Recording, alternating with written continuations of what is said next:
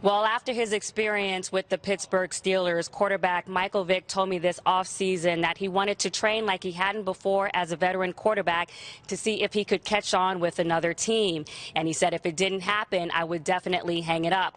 Well, the weeks went by and nobody called for his services, and he was definitely disappointed. I recently caught up with Michael Vick here in Houston for Super Bowl 51 to ask him if he was definitely sure he wanted to hang it up.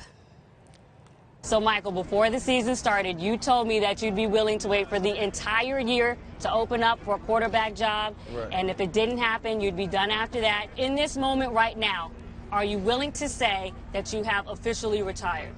In this moment right now, I'm willing to say, yeah, I'm officially retired. I think it's time. I think going through the 2016 season and not playing and being able to be a spectator and watch the game and enjoy it from afar, root for a lot of the players and coaches that I've once played for. I think it kind of summed it all up for me. So I think now I'm officially ready. I'm ready to move on to different things in my life and different facets in my life. Why did you feel compelled to write a letter to the city of Atlanta? I felt like it was important. It was a long time coming. I started writing that letter in prison a long time ago. And I just added on as the years went on. And, you know, I tried to do it with, you know, the utmost gratitude and, you know, where they was at right now in terms of, their organization and, playing in the Super Bowl. And I just felt like the time was right. So I just jotted some things down, finished it up. And I'm glad it turned out great. I think it was positive. Why is April 26, 2008 forever etched on your heart?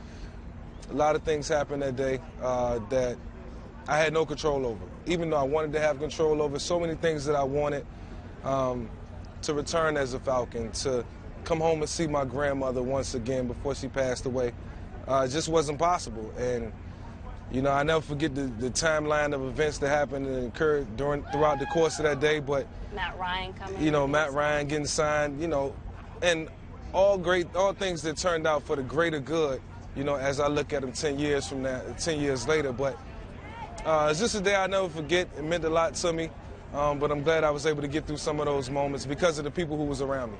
So how have you evolved as a man and watching the Falcons take off without you and all the ups and downs that you've endured personally? Well, I think I just had to be supportive. I mean, that was the most important thing. Understanding my situation, accepting it, knowing that everybody has to move on. One person doesn't stop a show. But over the course of the years, I became the biggest Atlanta Falcon fan, the biggest Matt Ryan fan, the biggest fan for that organization and for the city that can possibly be, on the face of this earth. So, all things happen in due time. I think everything, comes around full surface, and I think right now everybody's just in a great place. And considering the opposing defenses that they each have to go against, yeah, who are you forecasting to have a better day, Tom Brady or Matt Ryan on Super Bowl Sunday? I mean, that's tough, man. You're looking at two quarterbacks. One is, I think, entering into his prime in terms of Matt. Brady is past his prime, not past his prime, but already entered it and getting better as the years go on. So, both of them MVP candidates.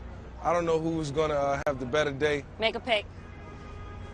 Matt Ryan. I got to go with Matt. I got to go with Matty Ice. All right, so you're riding with your city? I'm riding with the city. All right, we appreciate your time, Mike. Thanks for having me. Thank you.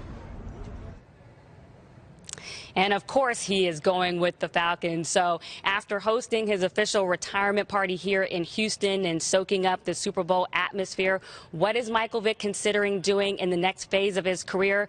Perhaps a coaching career in college or in the National Football League. And, Linda, you never know. Maybe he'll catch on with his former head coach, Mike Tomlin, who's from the same area in Virginia. Back to you.